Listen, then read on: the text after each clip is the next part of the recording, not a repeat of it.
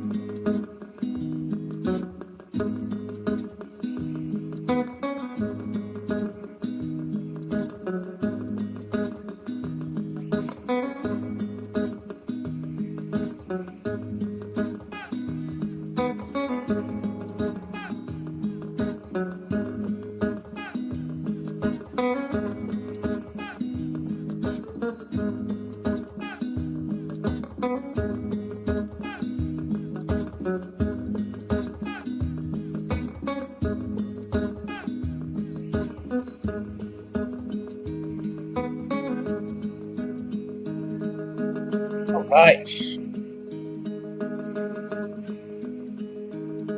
Man, what a difference a day or two makes.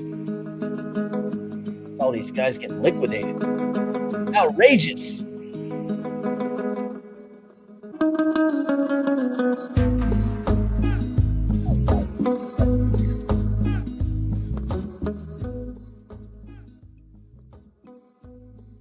Okay, so a lot of people got nuked. Buenos dias. ¿Cómo está? Let's see. How bad is it today? I haven't really looked until, let's see, about 4:30 when I woke up, and then 3 before that, and then about 12:30. Oh, yeah. Oh, it's looking nasty. All right. All right. We're going to talk about how much, and you're going to see a lot of wrong excuses for it. Someone was saying, one article, inflation. What? Inflation numbers don't come out till tomorrow. Then another article was like, it's rising interest rates. No one gives a shit about rising interest rates in the crypto market. Get off the gas. Anyway, we will talk about that. Is this the end of the bull run? That's a rhetorical question, obviously. You know that bull runs don't last for 33 days and then stop, right? You just asked that to get me charged. You're just trying to charge me. Are you trying to charge me? Anyway, I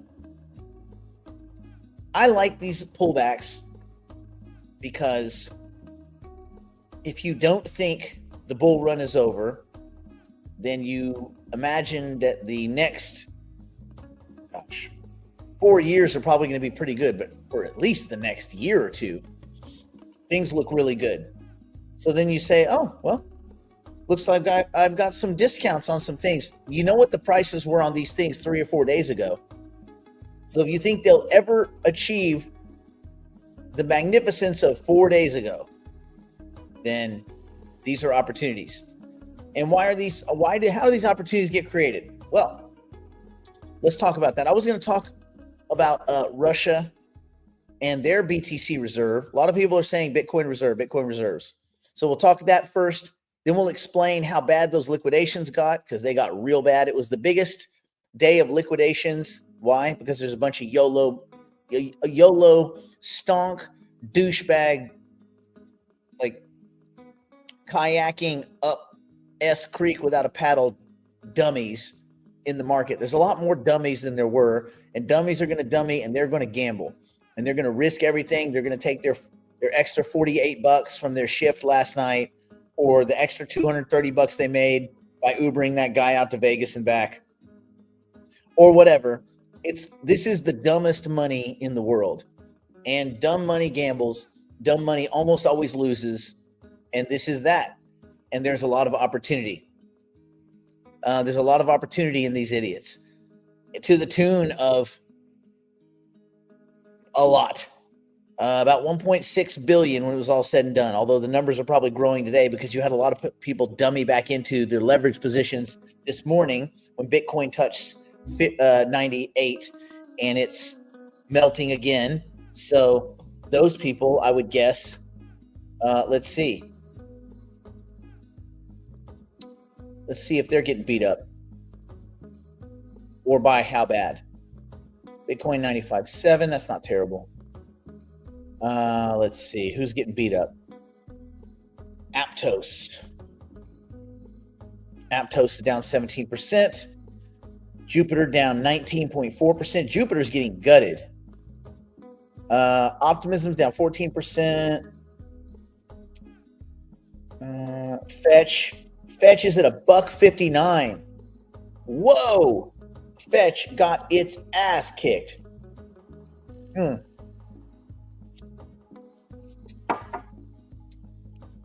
Where would I buy Fetch at? I added some yesterday. I would probably add again below 150.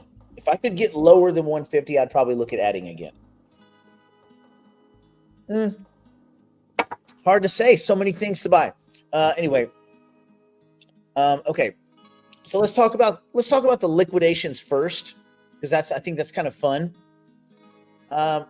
Bitcoin's drop triggers 1.57 billion in liquidations, and this, by the way, was as of several hours ago. So traders were caught off guard as Bitcoin dipped below 97,000, leading to 1.39 billion in longs getting liquidated, and then just shy of 200 million in shorts getting liquidated. And you say, how did the shorts get liquidated? Because these idiots were shorting it before the drop. And then the price went from, remember, Bitcoin actually touched 100K yesterday. So it bounced up to 100K, liquidated all the shorts, then summarily dropped and liquidated everyone. Total amount of value liquidated from June 1st to December 10th. Oh God, that is the magnanimous amount. But let me show you this little chart here. If I can get it in there. You guys see that?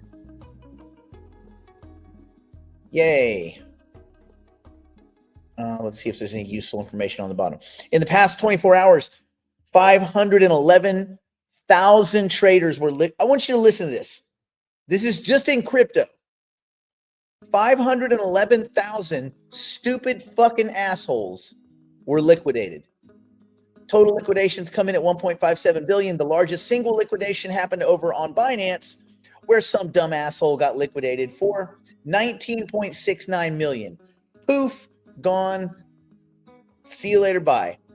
Dummies gonna dummy. Hawaii, you nailed it. You just won the internet. It is mind-boggling. It's mind-boggling. Over and over. No one, people's desire to gamble is impossible to satiate, I guess. Anyway, Bitcoin's drop below 97 led to 1.39 billion in longs being liquidated, 183.63 million in shorts. Such high dominance of longs to shorts shows overconfidence among traders expecting Bitcoin's price to rise past 100,000 in the coming days. Well, that didn't work out, did it? No, it did not. The liquidation heat map on CoinGlass reveals concentrated liquidations around the 97,700 mark, which indicates that most of the heaviest leverage positions were mainly clustered right there. The cumulative long liquidation curve also steepens dramatically at this level, showing that 97.7 was a critical support level for leverage longs. Once breached, it caused cascading liquidations. We know how that works, further amplifying the downward price movement that pushed Bitcoin below 97,000. Shorts were relatively minor comparatively, with their curve remaining flat, showing a lack of aggressive shorting, positioning at higher prices. It's funny because this is, this is obviously outrageous, ridiculous gambling by the YOLO crowd, but with leverage that they shouldn't have. Like that's why Binance, when you see Binance, Bybit, and all that, they extend ridiculous leverage. Used to be that Binance would give you 120x leverage. So of course, what do people do? They take their $46 from last night, or their $230 from running that philanderer up to Vegas and back. They park their Uber and they punt it. And then they do the same shit tomorrow and the same shit tomorrow. And they do it indefinitely, because people that gamble, if they've ever won in gambling, that's the only thing they remember. They remember the win, and that somehow perverts their thinking for its primacy. I guess primacy versus recency. If you win out of the gate, you just think, oh, winning's easy, gambling's easy, and it's forever. And it's an addiction. I used to think Michael Saylor was a gambler. Michael Saylor runs a Ponzi scheme, which we're going to get into. I saw a couple different articles about convertible notes, because other people are finally starting to suss that Michael Saylor's, a complete piece of shit. And finally, it's starting to resonate. But funny enough, it's resonating at the same time that the rest of the world is considering going to these Bitcoin reserves, which I mean, good. If you own Bitcoin, this could be awesome. But so anyway, we'll talk about that here in a second. Anyway, let me finish this up. Let's see. The 12-hour liquidation data shows a substantial 91 million in short liquidations, which occurred earlier during Bitcoin's price rise before the dip. So it rose, the shorts, they had to cover, so they got knocked out. And then amazingly, at 100, when people started really going long, the price went down. It's crazy. It's almost like it's engineered. Certainly that's not the case, but it's almost like it's engineered. Like, eerily similar to an engineered wipeout. This is just these big facilities and firms and funds like that just taking money from poor people that shouldn't be in the crypto space, to be fair, but poor people that have access because it's easy to get access. This happens the same thing in the stock market because of Robinhood and shit like that. Democratizing investing. Yeah, there's a reason why it should be hard to invest. Because investing is mostly a one-way ticket. People giving their money to veterans. Period, full stop. That's why there's a 1% and a 1% of the 1%, and then everybody else. This is not accidental. Anyway, on the other side of that, Russian lawmakers propose, here, let's put that one up. That's a cool one. A strategic Bitcoin reserve. That's right. That seems to be the cool thing to propose lately. So apparently there's like 11 states in the United States. I guess this guy, is it Dennis Porter or something like that? I guess he's going to do a press conference or a presser or reveal all these states and, Pennsylvania and Florida and yada, yada. So that's kind of cool. Whether it happens at the U.S. level, I don't know. I don't know why they wouldn't, but it wouldn't be the way Saylor says, sell your gold and buy Bitcoin. That's stupid. But he's running a Ponzi scheme and he needs a lot of money to come in, so he needs this Ponzi to keep going. Russian lawmakers propose a strategic Bitcoin reserve to counter geopolitical challenges as Bitcoin gains traction globally. The Russians plan to use digital currency as a hedge against geopolitical financial barriers. A member of the Russia State Duma has proposed the creation of a national Bitcoin reserve, positioning the crypto as the tool to counter economic sanctions and ensure financial stability. The proposal, introduced by Antoine Tchev of the Novye Lyudi Party, reflects a growing interest in leveraging digital assets amid restricted access to global financial systems. This was all kind of in response, obviously, to the invasion of Ukraine and all that. So it comes days after Vladimir Putin, we talked about this Friday, I think, had made positive comments about Bitcoin during a conference, calling it an unstoppable technology. Anybody that's that's going against Bitcoin right now, minus the little daily whatevers, if you're actively going against Bitcoin or talking against Bitcoin, like Peter Schiff and all these guys, like you're just forever going to be on the wrong side of history. Like really just forever going to be on the wrong side of history. I wish, who cares? Let's see. Question: why do the alts get killed when idiots who gamble on? Because they're not just gambling on Bitcoin. Bitcoin is the big one, but those there was a lot of money lost on XRP, Cardano, Solana. Like, just go down the list. People are gambling on everything. It's just that most of the gambling and also the legalized gambling is Bitcoin and Ethereum. Meaning, like the ETFs, you can go that way, or you can go to the futures markets. So, yeah. In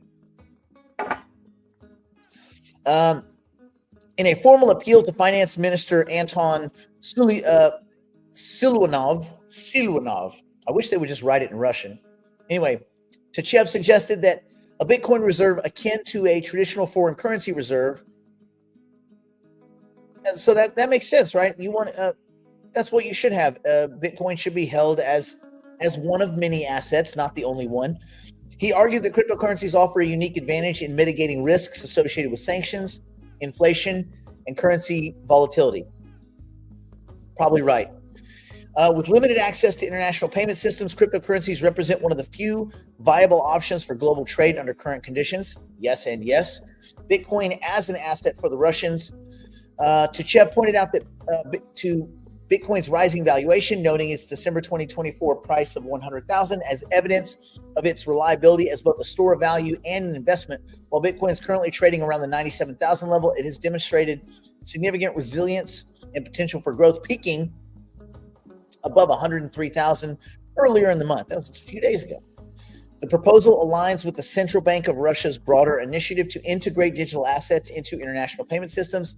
Tachev emphasized the importance of developing modern solutions to manage economic challenges, highlighting Bitcoin's decentralized nature as a safeguard against external financial pressures. Man, what a difference a few months makes. The Russians, Donald Trump, a bunch of states, pro-Bitcoin. Not just pro-crypto, but pro-Bitcoin specifically. And this idea of using it to bolster reserves, treasury reserves. So when do you think regular banks start doing this? If you have a bunch of pension and hedge funds doing it, and you have governments start doing it, even central banks perhaps, when do you think regular banks, provincial banks, these kind of second and third tier banks, when do you think they start doing it?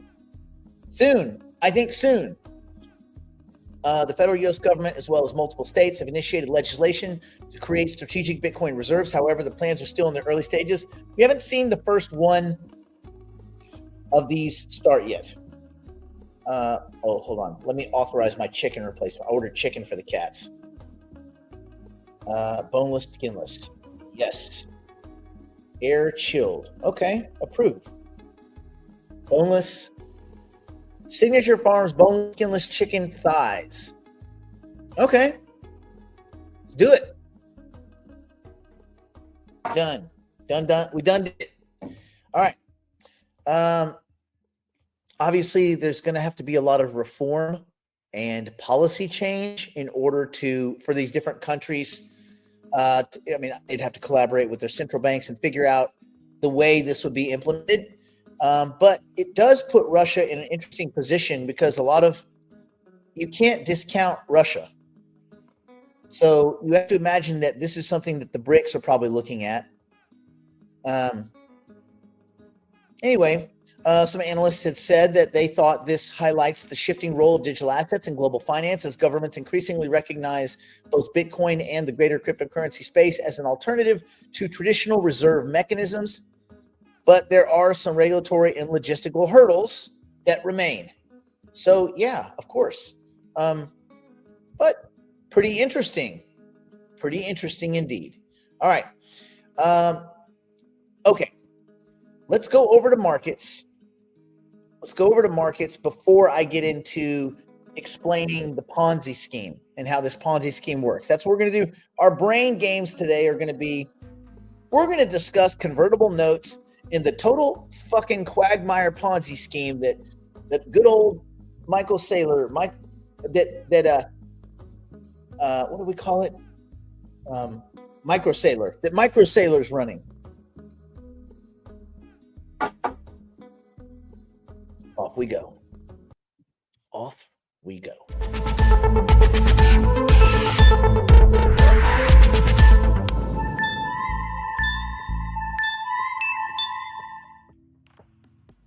All right, let's take a quick look at these markets that are getting their asses handed to them still. And I like this because you in a bull run, typically you don't know where you can buy. I was talking to Brandon yesterday, and this was in the early stages of the sell-off. Bitcoin was still around 97 and a half, 98. And I was like, the problem is nothing's cheap enough to buy, and I don't want to sell anything. So I'm vexed. I'm in a position of vexedness. I am vexed, Governor. So what do we got? Let's see, down 2%. It's not bad. Again, your 7-day, you're only down on the week, less than 1%. Could still be up on the week, and all these other assets, just because the same dummies that compulsively gamble, they don't know when or what to buy, because there's no value system for the assets they're buying. They're buying stuff that they either read about on social media, getting their marching orders from TikTok or FinTwit, or just their asshole friends at the bar or in Ubers. I know it sounds bad. It sounds like I'm talking down on a class of people. I am talking down on a class of people, a bunch of fucking idiots. The problem is there's a lot of those idiots. The good thing is there's a lot of those idiots. And that gives us that presents opportunities for those of us that aren't complete fucking morons. So I didn't really have a rant today, so I'm throwing in some F-bombs to make this seem ranty. Get some ranty. Sticking with Bitcoin till 250. I think I'm sticking with Bitcoin forever. I will endeavor to borrow my way out of Bitcoin. I don't know that I would ever directly sell my way out of Bitcoin, but I will say that it looks like anyway. I was gonna buy a place last year, and I took the money that I was gonna give these guys about this time last year. No, it was a little earlier. It was in November, and I sold. I sold USD into Bitcoin. I sold USD for Bitcoin, and then I flipped it back the next day after the election, and I had a pure double in it. So that ended up being a significant addition to my fund for my house, which was mostly paid for by Cardano. So that's good. Anyway, as we look, who's gotten beat up the worst? Well, thankfully, people don't keep drinking the stupid ass Kool-Aid for XRP. You'll notice it's getting destroyed. Why? Sentiment trade, dummies. Sentiment trade, dummies. Sentiment trade, dummies. Now, some of these got destroyed for other reasons. Remember, as you go further and further down the curve, going out on the risk curve, essentially, is from Bitcoin, you also see less liquid assets. Look at their market caps. The lower these market caps, the more irregular. The fact that this thing could shit the bed by 19%, XRP, by 19% means it was a bunch of leveraged morons, right? That is, and also Brad Garlinghouse didn't do them any favors by shitting the bed on 60 Minutes. Anyway, whatever. Good job, Brad. Well done. You look like a fucking idiot. Doge got beat up a little bit, but it should never look. This thing should be fractions of pennies. It shouldn't be 38 cents anyway. So people should be happy for whatever they got. But people got sucked up into this. People got sucked up into Cardano, into the Charles is I'm going to be part of the president's, you fucking scumbag liar. The dude, he lied by omission, and a bunch of people bought into it, and the token shit the bed, as it should. Are those two things completely correlated? No. This was a sentiment buy. All the sentiment tokens got wrecked yesterday.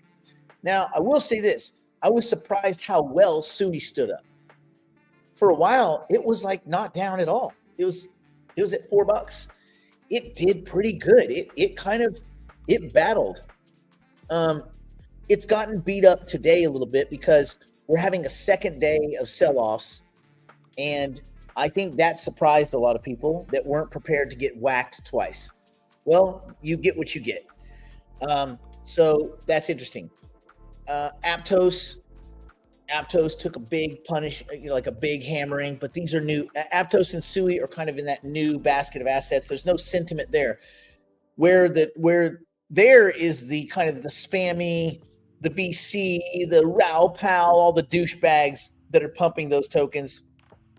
Remember, those are both on the Move blockchain. With its DNA going back to the failed. I don't know about failed. The project, the stablecoin project over at Facebook that never got off the ground because regulators like Elizabeth Warren were, choking them and basically in corrupt ways influencing what a private company, what a company can and can't do. Whatever. It's. I hope one of these days Elizabeth Warren gets called on the carpet or sued personally for some of the bullshit she's been a part of, like collapsing banks, calling banks personally and threatening them, calling banks that support other banks and threatening them if they don't kill relationships with banks that service crypto. Like, Elizabeth Warren is not just a piece of shit, she's corrupt. In the same way that Nancy Pelosi is not just a piece of shit, she's corrupt. In the same way that Brad Sherman, right here in LA, Brad Sherman is not just a piece of shit, he's corrupt. These guys take money from banks, from legacy banks. If you take money from banks and then you go after crypto, you're fucking corrupt. Period. Anyway, there, that's like a little half rant. Okay. What else got whooped? VeChain down a little, Fetch down quite a bit. Let's see. Filecoin punished. Filecoin was one of the biggest losers yesterday, but it's way up over the last few weeks. Everything's up since the election. Algorand got gutted. I mean, freaking gutted. This thing was at 60 cents. It was over 60 cents just a few days ago. So why is Algorand? Sentiment trade. Nothing there. Zero use utility or adoption or value. These sentiment trades, they come and they go as fast as they came. So, and for those of you that haven't been in a bull market, this is how a bull market works. You go 3 steps forward, and sometimes you go 2 steps back, and then another 2 steps back, and then 17 steps forward, and 18 steps back, 3 steps forward, 2 steps back. This is how it works. It's very volatile and slimy, and the further you get down, the more volatile these assets are. Cosmos was over $10. It is not. Again, sentiment trade. Optimism got up to about 270 something, 272, 27, maybe a little bit over.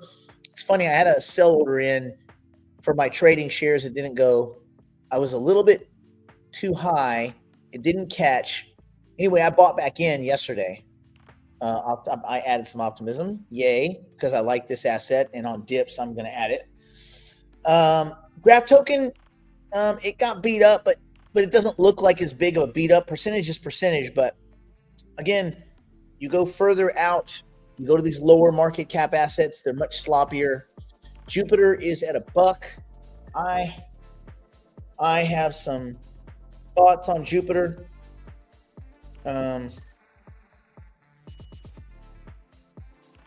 Let's see. Where did I have? I think I even had an order in on it. Let's see where that sucker is. Oh, yeah, I do have an order out there floating, waiting. So I have an order waiting on Jupiter. I have one just went on this other one. All right. Anyway, I will share that with the digital private clients. I'll give you all that data after the show. All right. Anyway, as you go down the list, Flow shouldn't even exist. There's nothing there. Dapper Labs, give me a break. A blockchain for NFT. That doesn't mean anything. Every blockchain, every distributed ledger has NFT capabilities now. You can even have NFTs floating around Bitcoin. Like, stop. That's a waster. This one got waxed pretty good. Storage got waxed pretty good. NewNet. Oh, surprise, surprise. NoNet. The company with no project ever. They got beat up. Of course they got beat up. Why would it be down 30% when it should be down 99.99%? These are garbage assets, man. Just garbage. Hypercycle holding up pretty well. Oh, there you go. Okay, so there's kind of the rundown on that. There's the monkey math on Bitcoin. Let's see. Ouch.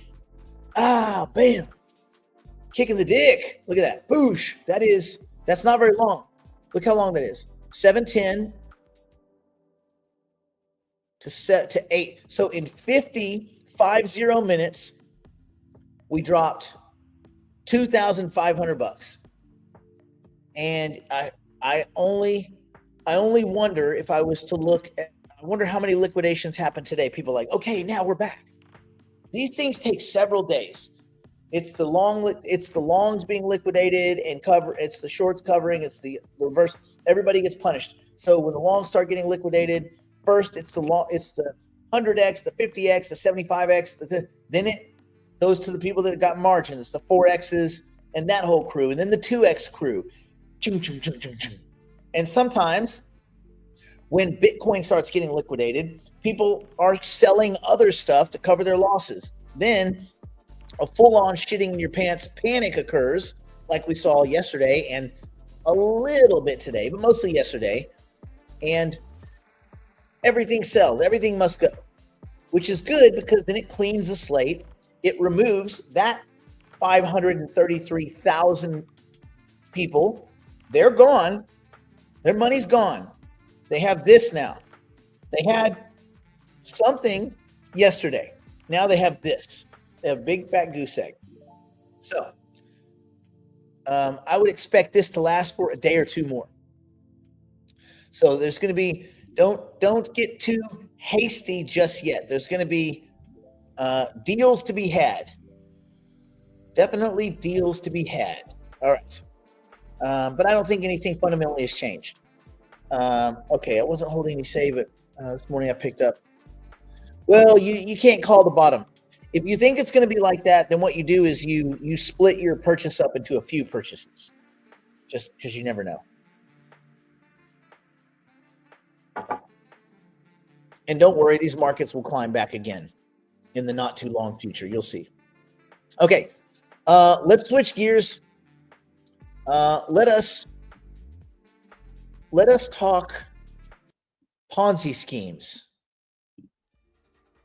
Ooh, we need intrigue music for Ponzi schemes. We're going to talk about convertible notes, and then we're going to talk about how this particular set of convertible notes that Michael Saylor sells is pretty much a straight up. It's a Ponzi scheme disguised as a volatility trade, disguised as a functioning company trade. Yes, it's a lot of things. It's a lot of weird things. Hello. You're late. You're bad at math, but I'm giving you an A+ in confidence. Just doing what I gotta do. Extra credit. Okay. This I always thought this was funny because Tether prints money out of thin air. They really just make it and it pumps the price. MicroStrategy prints money out of thin air and it pumps the price. So, but a lot of people are like, well, okay, but how does the MicroStrategy scam work? You know what? I think that deserves a banner. How does the MicroStrategy scam convertible notes work?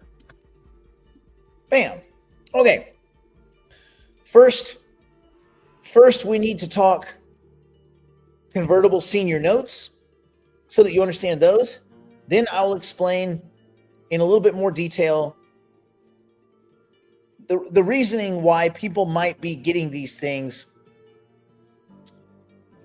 and why it pretty much any way you look at it, it's like a pure Ponzi scheme. And at some point, people are going to wake up and go, wait.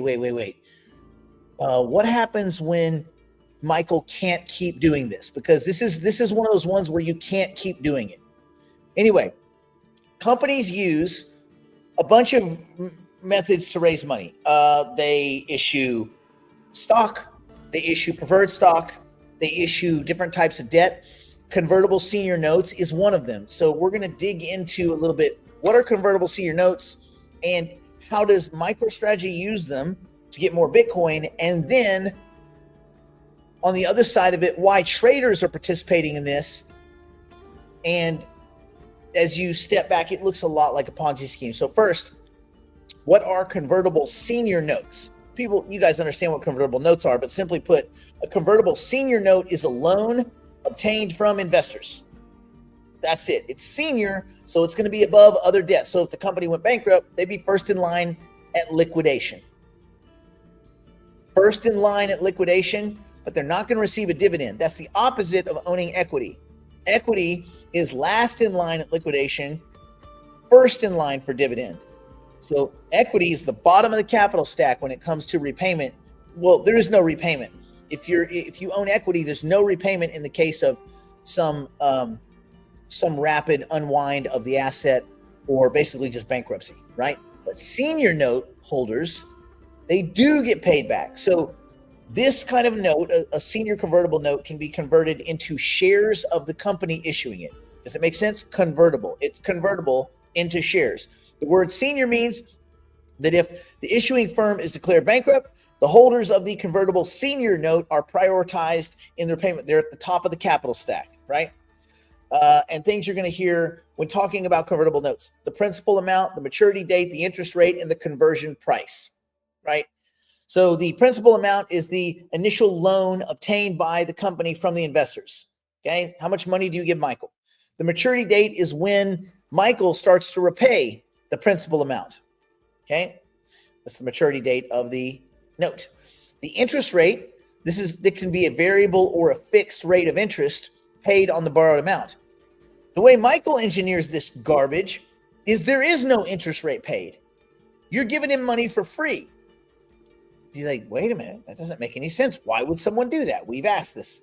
Bitcoin yield? Nope, that's a bullshit made up term. Now, the next thing I think we need to know after the interest rate, since these things have a zero interest rate, is the conversion price. And so this is the price at which each convertible senior note can be exchanged for a company's shares. Okay, that's where this is the bit of the sausage that people are having a hard time wrapping their mind around. So how companies issue convertible notes for crypto investments. So it's not just MicroStrategy. A bunch of companies, especially these mining companies, have adopted Bitcoin as their reserve asset. And so they're now using convertible notes to finance Bitcoin purchases. Basically, everyone else's money to buy Bitcoin. And you think, why don't these people in these funds why don't they just go straight to the ETFs? They're not stupid, right? So certain private investors are stupid, but if you're raising money through convertible notes, so the people buying the stock are fucking idiots, like idiots. If they understood this, the people buying stock in MicroStrategy are idiots. I mean, the dumbest of the dumb, because they don't understand how math works. They are the suckers. They're the dummies. But the people buying the notes are essentially doing a kind of volatility farming. So anyway, so here's how it works. Basically, step one, a company issues a convertible note. A firm wishing to buy Bitcoin will announce its intention to use the notes, and it says, hey, investors, who wants in? Step two, the investors purchase the issued notes. Interested investors buy the convertible notes, thus giving money to the firm for a fixed amount of time. Third step, the company purchases Bitcoin. So after receiving money from the investors, the company buys Bitcoin from a crypto platform, usually an OTC, that serves institutional clients like Coinbase, like the back end of Coinbase, Coinbase Prime, or one of those kind of things. If Bitcoin's price rises, the shares of the company issuing the notes will likely increase in value. Why? Because, hey, Bitcoin's going up. Therefore, my shares, not the note, my shares should go up in value. That means that the investors who convert their notes into those shares could see some gains, right? Because they have a point of convertibility, that price. It's noteworthy because since a convertible note is a debt instrument, it comes with some downside protection. And what that means is that investors will not lose their principal investment if the company files for bankruptcy, because it's basically pegged to the liquidation number. So if the company was worth a certain amount, they would make sure that these senior note holders, they don't sell more notes than the value of the company at liquidation, so that these guys can get repatriated. So it's kind of like there's no downside risk. There's only upside. Not if you own shares. If you own shares, you can get wrecked. But if in this particular way, it's kind of a way to buy Bitcoin with no downside risk, or at least at least for the near term, no downside risk. Obviously, this whole thing can unwind quite dramatically. MicroStrategy, the way they use this is, which is a little different than what I've just talked about, but it's the same basic idea. They'd have their convertible note issuance. Okay, so they issue convertible notes, convertible senior notes in a bunch of rounds. They raise a bunch of money. The issued notes do not attract periodic interest as they have a zero coupon structure. He pays you nothing. You give him a free loan for the right to buy his stock at some double the crazy amount, but you have downside protection. So the Sailor has raised more than $10 billion, doing $10 billion bucks with convertible notes since 2020. The latest round they did was of issuing notes was December 3rd. So, last week. And they raised $2.1 billion. The second part is obviously they use that to go buy Bitcoin. So a MicroStrategy, they're over 423,000 Bitcoin at this point, obtained through the issuance of convertible notes. The firm's Bitcoin holdings represent about 1.9% of the total Bitcoin supply. It's a lot. MicroStrategy's Bitcoin investment has helped the company achieve some pretty good returns. So their stock value has increased in the past 4 years a 20x, which is good. That shows you how stupid investors are. That shows you how stupid, because Bitcoin is not up. Well, depends. If you take the lows of 2020, but anyway, MicroStrategy is up more than Bitcoin is up. So, which that means it worked out for those convertible note holders. That makes sense? So, and by the way, MicroStrategy over the last 4 years has outperformed all of the leading stocks in the United States, including NVIDIA. Did you know that? Did you know that, my friends? Isn't that crazy? All on this quasi-Ponzi scheme. So, the advantage of convertible senior notes. Lower issuance costs, right? So because issuing notes involves lower costs than like traditional equity issuance, going through all that. Convenient capital acquisition. Convertible notes allow companies to raise money directly from investors to finance various causes, thus saving the costs associated with borrowing loans from traditional banks, right? And then investor appeal. Investors who want exposure to Bitcoin without holding the coin themselves, and they want some downside protection, they find convertible notes issued by companies like MicroStrategy attractive. And also, they probably get caught up in the excitement. What are the disadvantages? Well, Bitcoin has extreme price volatility. Therefore, because Bitcoin is highly volatile, a company holding it can suffer pretty big financial losses if the coin goes backwards. And there have been many times where Bitcoin has had a 50% retrace, only to go on to make new highs, obviously, but a 50% retrace is not out of the cards. Regulatory uncertainty. Obviously, the rules in crypto are it's that climate looks a lot better. So I don't think that's as much of a risk as it might have been in the past. Okay, so now, show of hands. Do we all understand how convertible notes work? Ponzi sounds like a kid's game. I know, right? Hey, let's play Ponzi, everyone. Are we all here? Yes, but there's more to it. Now we're going to really dig in. So that's the part you can read if you just look up what's a convertible note. I just want to make sure everybody understands convertible notes before I discuss how much of a fucking scam this is, because we haven't gotten to the good parts yet. Okay, let me just bring up my show notes. As long as we all understand what a convertible note is, now I'm going to take you through, like the 12 days of Christmas.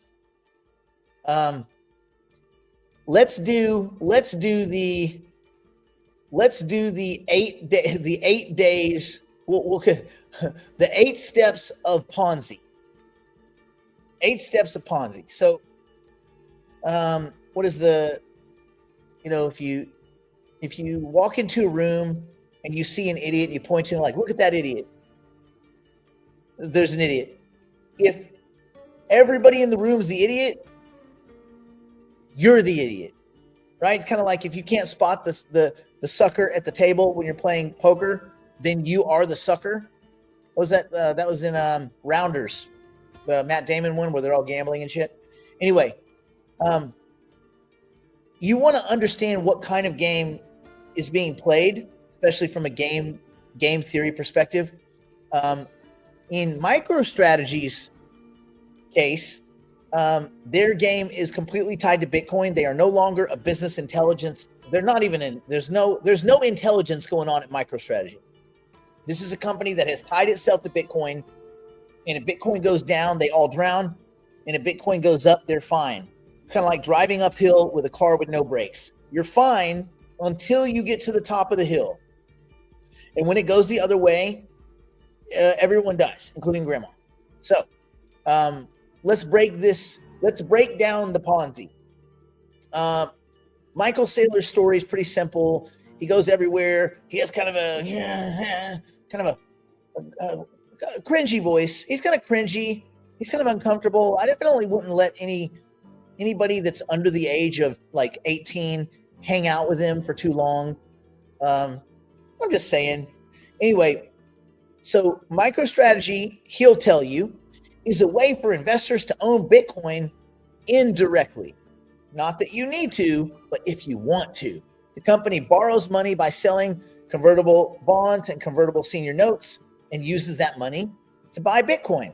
All right, everything sounds simple, right? Well, let's dig into how it actually works and see how fucking messy it actually is. Convertible bonds, we talked about, and volatility. Bonds are the loans that bondholders can later convert into company stock, should they choose. Volatility. This is how much a stock's price jumps up and down. High volatility, high swings. Low volatility, low swings. So let's kind of look at all the moving parts in this system.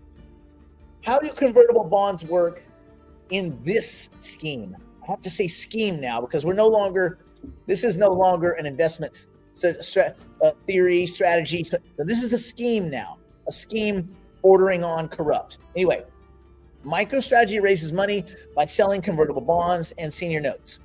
Hedge funds, like some of the ones that were Millennium Management, Calamos Partners, stuff like that, they buy the bonds from Michael Strategies, from Micro Saylor. They buy these bonds because they can profit from the stock's volatility.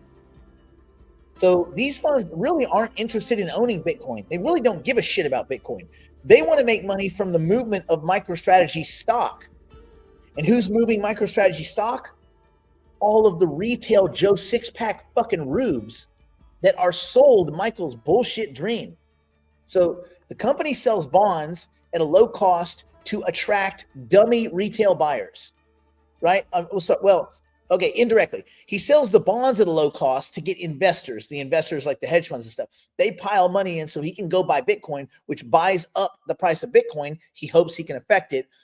And again, the further this goes, the less effect each dollar has, because as Bitcoin's market cap gets bigger, every dollar goes less far. Every dollar does less. So the buyers of these bonds, specifically of the bonds, they're playing a volatility game. They make money if the stock price swings way up or way down. And you say, okay, so who are the suckers? The suckers are Joe Sixpack. The suckers are the retail investors. So if you own MicroStrategy stock, you might think you're getting rich because the company owns Bitcoin and Bitcoin's going up in value. Here's the reality. Your money is being used to create volatility, which benefits the bondholders, right? This volatility makes MicroStrategy's convertible bonds valuable, not the Bitcoin itself, right? So, and don't just think that people buy these bonds and then don't retrade them. Remember, this is an asset. It's not like a treasury or something like that. It's not a AAA pristine quality asset. This would probably be rated junk. This is definitely rated junk.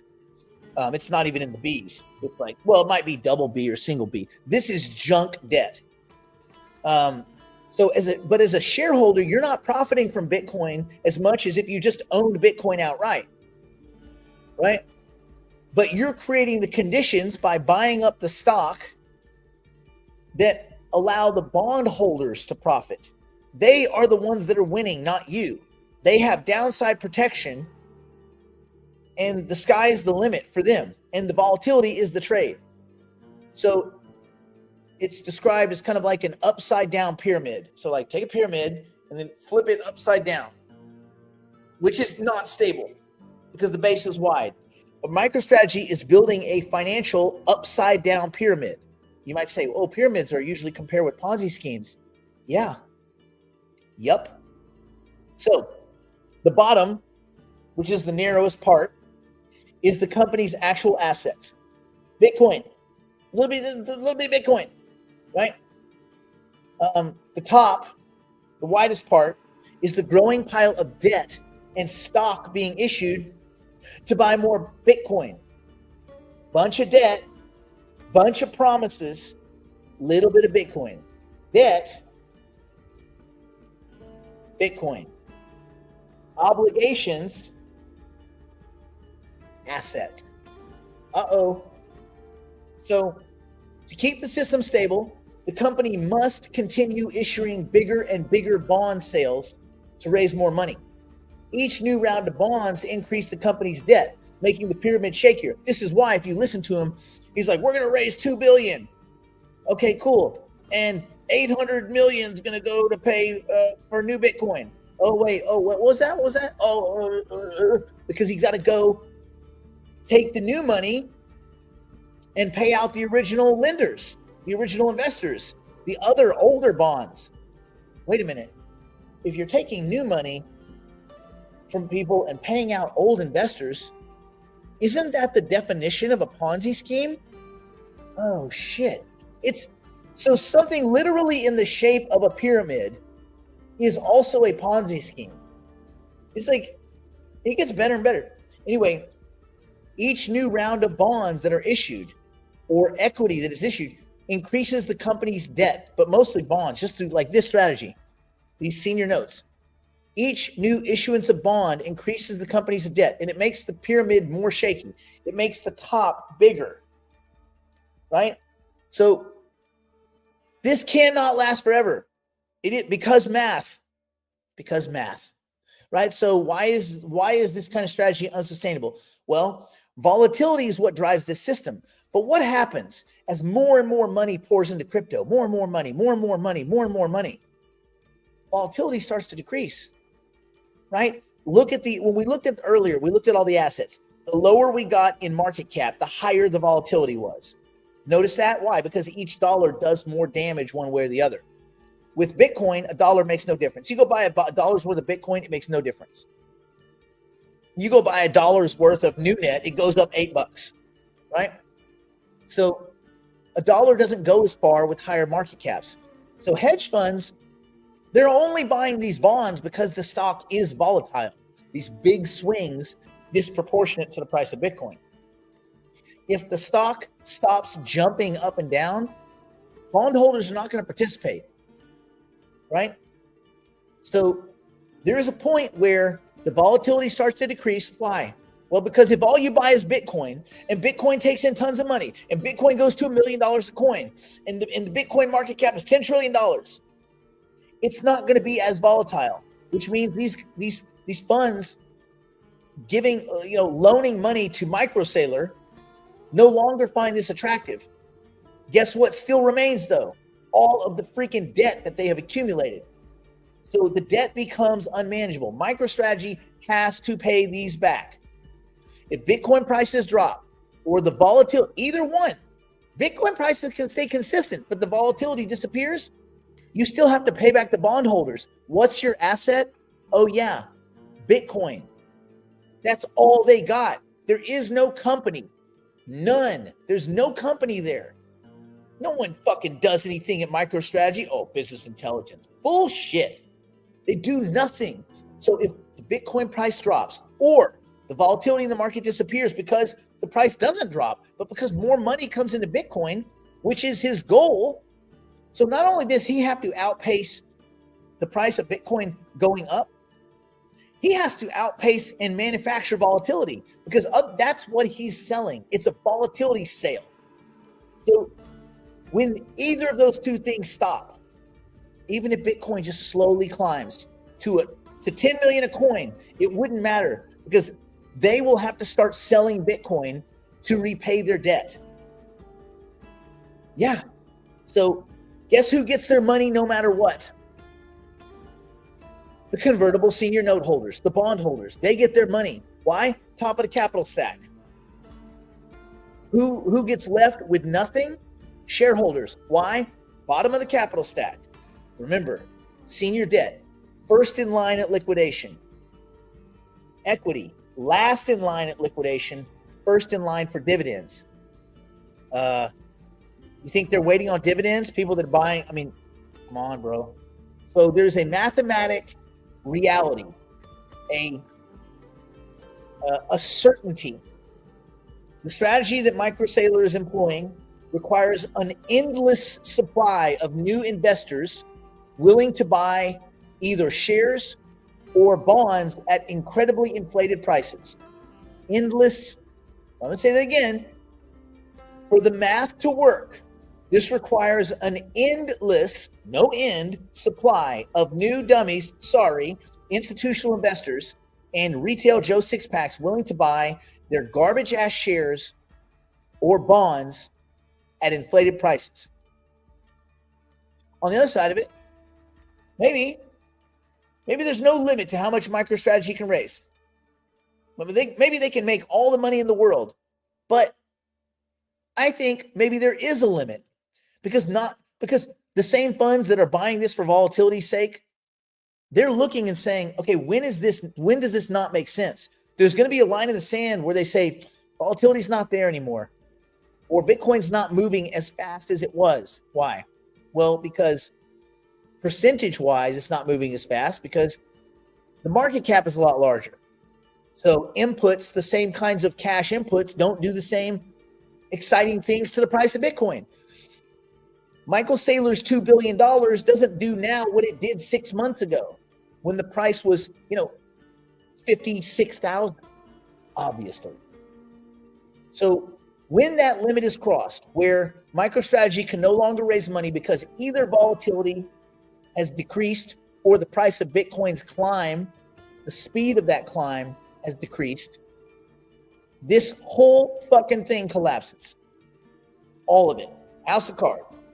So what would happen if it falls apart? Well, if an upside down pyramid falls, crashes, hedge funds will demand their money back.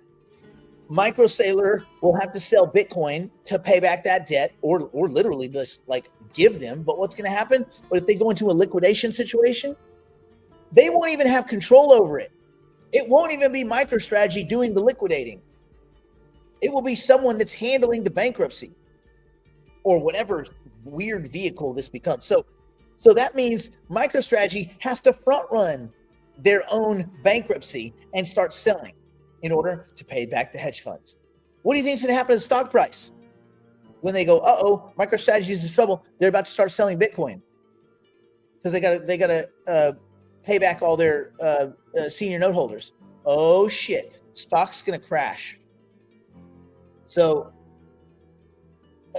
it will probably fall to at or about the total net asset value, the total net, or lower because of the costs associated with a bankruptcy or an insolvency. So then, who gets left holding something worth nothing? Shareholders. They are left with nothing because the bondholders, they get the first claim on the Bitcoin. They actually get Bitcoin. They have downside risk. The shareholders have nothing. Their risk is infinite. Well, their risk is 100%. They're being sold this bullshit story about how they're getting Bitcoin yield. There is no Bitcoin yield. That is a bullshit term that MicroSaylor made up. I like that, MicroSaylor. It is not real. It is fucking fake. He is a fucking career liar. And he has just pipered all of these idiots. And so the reality, I don't know if anybody here owns MicroStrategy. It has done good. The price, and also he can get away with that he can still do this for years. We probably won't hit some kind of weird moment unless people wise up. People don't wise up. People are mostly stupid. He could do this for another 5 years, probably. But if you own MicroStrategy stock, you're not just an investor in the stock.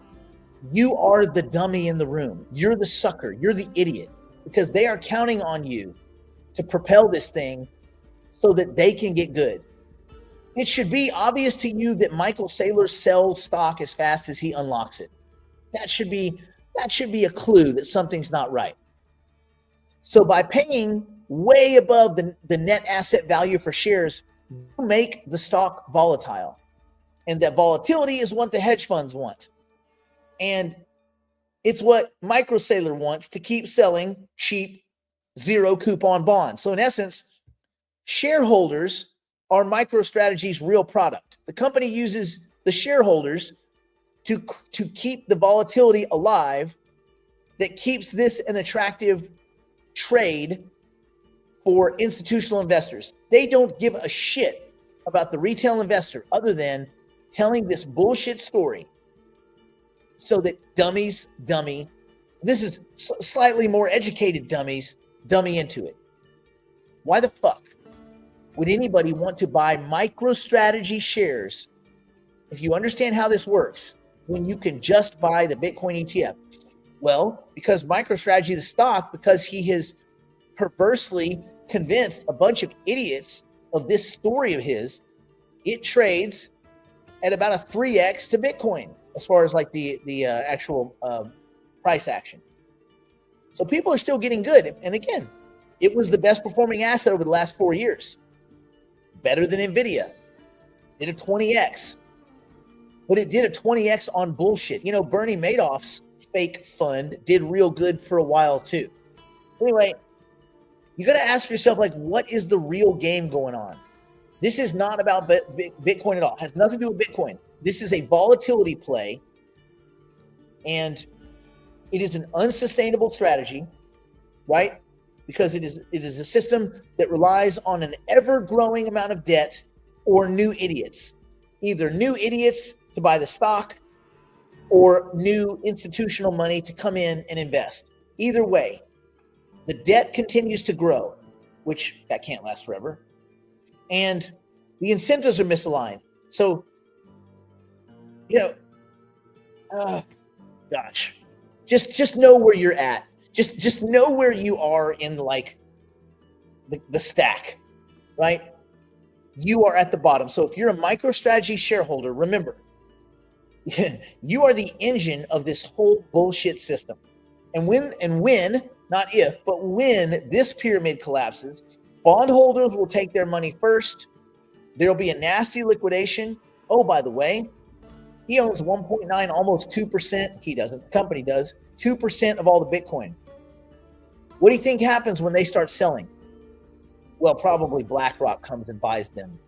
They probably have some wink, wink, nod, nod agreement so that this stuff wouldn't just hit the market in some crazy way. I don't think it'll be good for Bitcoin. That's all I'm saying. So the MicroStrategy stock's up, what, 450%, 400% this year? But winning streaks like this don't last forever, especially when they're built on the framework of a Ponzi scheme. So I guess that's what I have to say about the Ponzi that is MicroStrategy's convertible senior note strategy. There you go. You are all now wiser to his bullshit. So we were always yelling like, this guy's full of crap. This is why he's full of crap. And yeah, Brian, I think you can kind of work that out. That would be bad. But this kind of thing happening 2, 3, 4, 5 years from now, it might not be that bad. And hopefully, I mean, it will be bad, but hopefully you guys have all made money in the process. Now, an ideal setting would be that the price, the net asset value of the Bitcoin rises to the point where it matches the company's valuation. So it's not like a 3-to-1. So it's close to a 1-to-1. That there you could go, okay, I mean, it basically trades like a weird ETF. And you'd be like, okay, it is what it is.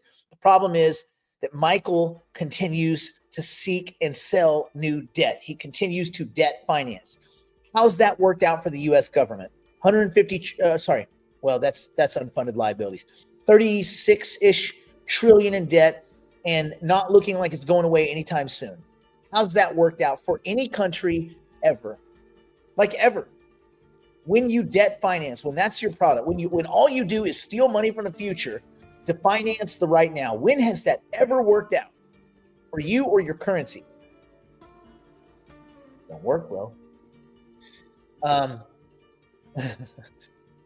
Yeah, let's not don't short a Ponzi scheme either, because these things can go on for a while. And also, do you think Joe Sixpack gives a shit about any of this? No. Nope. Nope. And no. So there you go. All right. Let's call it a day. Stay in school. Don't do drugs. Don't do anything my poor installment drunk. Strung on a meth grandmother wouldn't do, which is very little.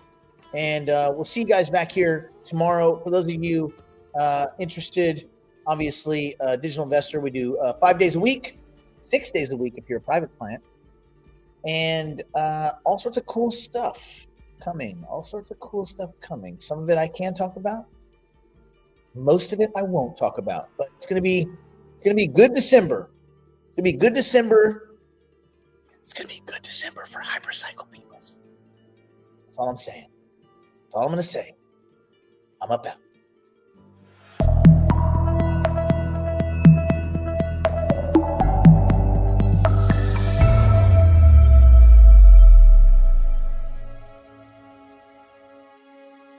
Terrified, wandering mind, the seams have come undone. Telling lies to these eyes as if they'd never seen the sun. Now you've let your guard down and your heart is exposed. Now you've let your guard down, but how could you have known that I'm the big fish round here? You're a small fish. I could make you disappear. You should know this. I'm the big fish round here. You're a small fish. I can